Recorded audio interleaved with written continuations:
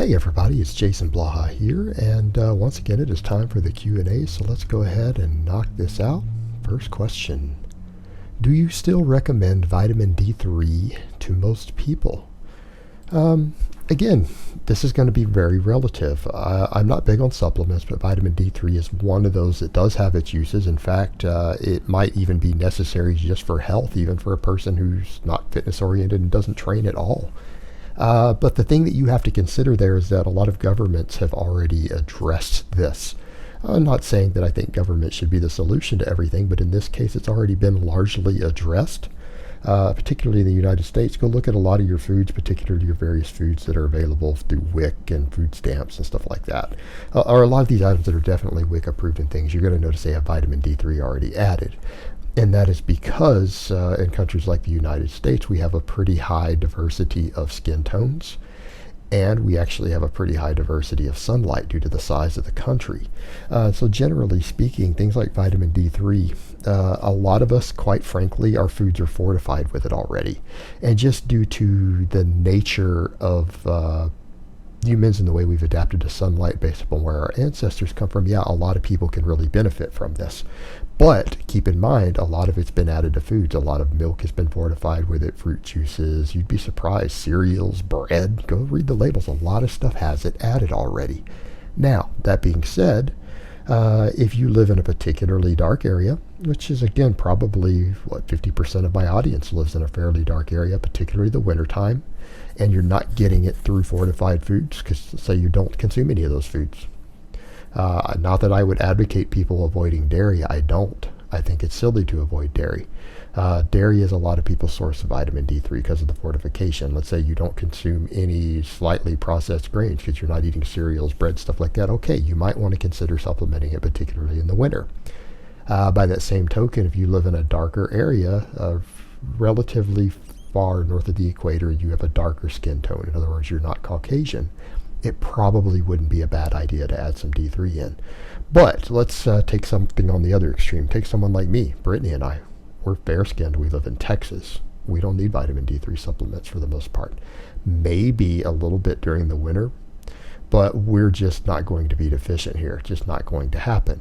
But if you have darker skin, and let's say you're living in Chicago, or you're living in New York, or London, or wherever, it's probably a good idea to throw some D3 in, a small amount, even if you're eating some fortified food. So it really is a relative question. It just has to do with how much sunlight you are exposed to relative to your skin tone, and it really is that simple.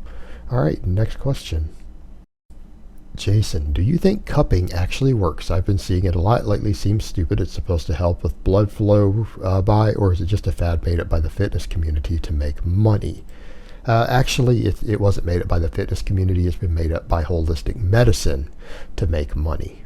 It's been made up by holistic medicine to make money. When you look at it scientifically, there's absolutely no reason at all you should do this. If anything, there's potential risks associated with it. I think it's far more likely to cause harm than it is to do any good.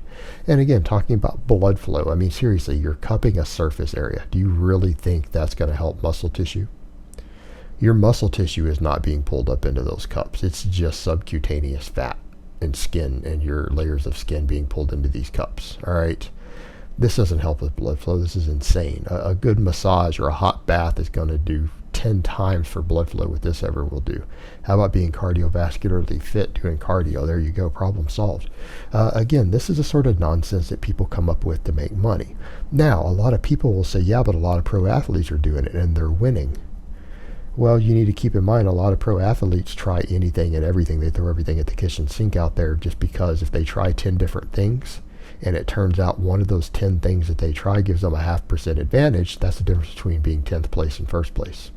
And if one of their competitors stumbles upon something that's unproven that might give them a 0.5% advantage, they could lose their gold medal position. They could lose their place in the Super Bowl. They could lose millions of dollars. So pro athletes are always trying to find anything that will enhance recovery. Any drug they can get away with and get through testing that is rumored to do it, they will use it. They will. The entire team will be on it. All right, it's that simple. If there's a rumor that cupping will enhance recovery, the whole team and all the champions are going to do it. Why? Because they can't risk the possibility. Even if it's a long shot, They can't risk the possibility that something is going to give their competition a 0.5% edge over them. As far as everyone else doing stuff like that, no, it's stupid. It would be one of those things that I would look at and say, okay, this is way beyond a long shot. It's virtually impossible for this to help. This one's kind of dumb. Some of the different things people try, like different contrast baths and stuff, not proven, but it at least could make sense. This one is just flat stupid. Anyone who buys into this, I just don't know what to say other than it's just naive. There's literally no biological reason why this would help you recover or help with blood flow in any way for an athlete. This is one of those that just needs to be shunned and ignored. If you're going to try something trendy, try something that at least has a scientific explanation as to why it might help, but you do need to understand until it's proven to help, there's a good chance it probably doesn't. So you might just be throwing money away in the hopes of getting a small advantage. And for most people, that's the interesting thing. Pro athletes do everything that works, and then they try a bunch of other stuff. People who oftentimes try these trendy things aren't even doing half of the stuff that we know works. They're not even doing sometimes a third of the stuff that we know works, and they're just trying to find some little bonus that they can spend money on because of our materialistic culture. And it's as simple as that. All right, next question. Jason, we know that low-fat diets, aka high-carb diets, are better for body composition in the long term, but how about the water retention that carbohydrates does? Wouldn't it be better for someone who is looking purely for aesthetics, consume a little less calories from carbohydrates? Well, depends on who you're going to talk to. What does every single expert say who legitimately has credentials, who themselves get ripped and peeled and everything else? Go through and look at the people who coach natties or supposed natty who have advanced degrees in nutrition. Do you see any of them ascribing to this? Do you see any of them ascribing to what you just said? No, none of them. Do you ever see Alan Aragon say that? Eric Helms, hell, even Lane Norton? No, not one of them would ascribe to this theory. They all get people ripped and shredded on high carb diets. And I want you to think about that. Water retention from carbohydrates. Where's most of the water retention from carbohydrates go? In your muscle tissue. You'll get some of it subcutaneous. But here's the thing. Wouldn't you rather have fuller muscles? If your goal is to be aesthetic, if that's purely your goal, that's all you care about, why wouldn't you want your muscles to be full and round? Okay, so you might retain a little extra water under the skin. Get a little leaner. Get a little leaner, because if you lose that extra 2 pounds of fat to compensate for that, and you still have the full round muscles that look bigger due to being having full glycogen stores, aren't you going to be more aesthetic? At least if that's the terms you're going to use. Again, it's absurd. And yeah, guys do it to help drop water weight, and yeah, it can help certain guys get that shrink wrap look, but you will also look smaller. You will look smaller even at the same body composition. So it's kind of a catch-22, and it's actually better in the long term if your goal is body composition, just keep the carbs higher and lose a little more fat. It just makes sense, and it's not me saying that. It's not my opinion. I don't have an opinion on aesthetics nonsense. I really don't.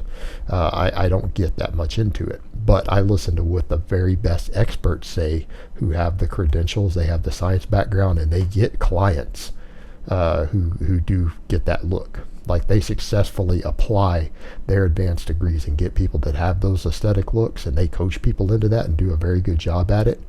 None of them ascribe to that. All of them keep their carbs high. All of them do. So that should tell you something. All right, next question. People often tell me that training with weights will make your heart larger due to the fact that it has to work extra hard and thus producing problems later on in life. I know this is stupid, just want your opinion on it. Ask any medical doctor. Ask medical doctors who work with athletes, and they will tell you, yes, it does make the heart a little larger. You can get some heart hypertrophy from any vigorous exercise. Yet, what do we see? People who exercise vigorously live longer. They have less heart attacks, less strokes, less cancer, less diabetes. So that being said, step back and assess that question. The other health benefits that you get from intense exercise offset any possible negatives of that. And that's the thing you have to remember.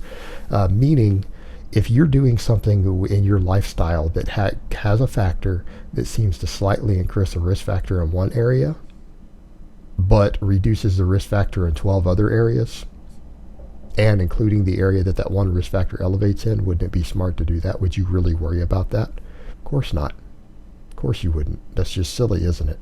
And in the case of weight training, simply put, weight training and all vigorous exercise, everyone who does it have fewer heart attacks, they have fewer strokes, they have lower rates of cancer. That is proven in study after study after study after study ad nauseum. So why would you care if it slightly elevates one risk factor, but it actually still reduces your overall chance of having a heart attack? See the point? It's silly to worry about that at that point. It's not a problem, particularly when it reduces your chances of having heart attacks in the long term. And I'm not saying the enlarged heart doesn't have some potential risk, but again, the overall health benefits way dramatically outweigh that. So anyone who's trying to tell you not to lift weights because it might not be healthy, they're preaching nonsense. They're preaching bro science. They're preaching mythology. They're not preaching what the overwhelming amount of science and data shows. All right, next question.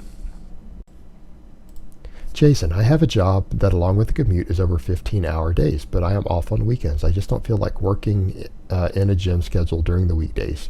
Can progress be made just working out on weekends? And if so, what should the program look like? I'm 40 and I want an early novice lifter before taking the job about 6 months ago. All right, tough question. I'm going to say, you know what? You could run any normal program. What I would almost say, you could run any of my upper-lower type splits. And the reason I'm going to say this, normally I like normal full body. But in the case like this, you're only getting 2 training days in, and you're already overlapping a lot of stuff. You could do something that is basically day one, like your Saturday, you could come in and do most of your upper body stuff. Again, just like any other program, like you could look at my intermediate linear program, and you could space it out into a 24-week block instead of a 12-week block, because you're going to have to do, instead of 4 workouts a week, you're only going to get 2. Those are normally concurrent days, right? So normally you would do Monday, Tuesday, and then Thursday, Friday. Well, you're going to have to count it as your Saturday, Sunday as your Monday, Tuesday, and then the following Saturday, Sunday as your Thursday, Friday. So in other words, you could run any standard block periodization program on this sort of schedule, but it's going to be, you're going to cut your workout days in half. You're going to progress at about half the rate. You know what? If you're only going to be in there training twice a week on the weekends only, you're only going to gain about half the muscle you would and half the strength that you would on another program. So expect it to take 24 weeks to make 12 weeks of progress. But to ask the question, can you still progress? Of course you can. Why wouldn't you? It just won't be as fast. But that's what I would recommend. Run any system that's set up for a 4-day type week like that, and space your 4-day week into 2 weeks. Problem solved. All right, guys, but that's really all I have to say on that today. I hope it's been informative, and I will talk to you guys next time in part 2.